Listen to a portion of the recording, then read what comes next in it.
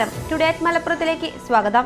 മഞ്ചേരി മുള്ളംപാറയിൽ ലോഡ്ജിൽ മോഷണം നടത്തുകയും പിന്നീട് മറ്റൊരു കേസിൽ പിടിയിലാവുകയും ചെയ്ത പ്രതിയെ മഞ്ചേരി പോലീസ് കസ്റ്റഡിയിൽ വാങ്ങി സംഭവസ്ഥലത്തെത്തി തെളിവെടുപ്പ് നടത്തി. വയനാട് സുൽത്താൻ ബത്തേരി അമ്പലവയൽ വികാസ് കോളനിയിൽ താനിക്കൽ സൈനുലാബിദിനെയാണ് ലോഡ്ജിലെത്തിച്ച് തെളിവെടുപ്പ് നടത്തിയത്. കൊളത്തൂർ വേങ്ങാട് സ്റ്റിക്കർ വർക്കിനായി കടയുടെ മുൻപിൽ നിർത്തിയിട്ട ടൂറിസ്റ്റ് ബസ് കത്തി നശിച്ചു. എടയൂർ നോർത്ത് കാരിയിൽ വീട്ടിൽ യൂസഫിന്റെ വാഹനമാണ് കത്തിയത്. ഷോർട്ട് സർക്യൂട്ടാണ് അഗ്നിബാധയ്ക്ക് കാരണമെന്നാണ് സംശയിക്കുന്നത്. ക്രിക്കറ്റ് കളിക്കുന്നതിനിടയിൽ മൊബൈൽ ഷോപ്പ് ഉടമയായ യുവാവ് കുഴഞ്ഞു വീണ് മരിച്ചു. പോത്തുകല്ല് KR മൊബൈൽ ഷോപ്പ് ഉടമ വളാഞ്ചേരി എടയൂർ ചേനാടൻകുളമ്പ് വീട്ടിൽ വട്ടപ്പറമ്പിൽ മനാഫാണ് മരിച്ചത്.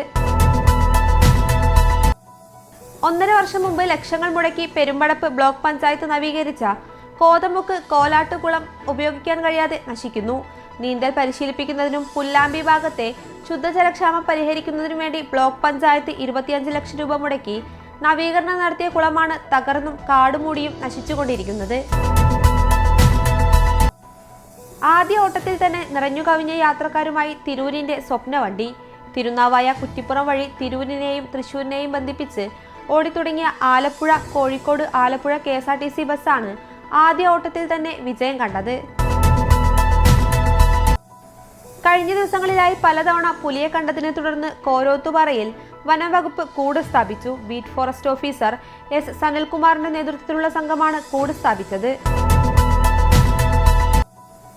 നിലമ്പൂർ മാരിയമ്മൻ ദേവി ക്ഷേത്രത്തിൽ ഉത്സവത്തിന് കൊണ്ടുവന്ന ആന ഇടഞ്ഞു.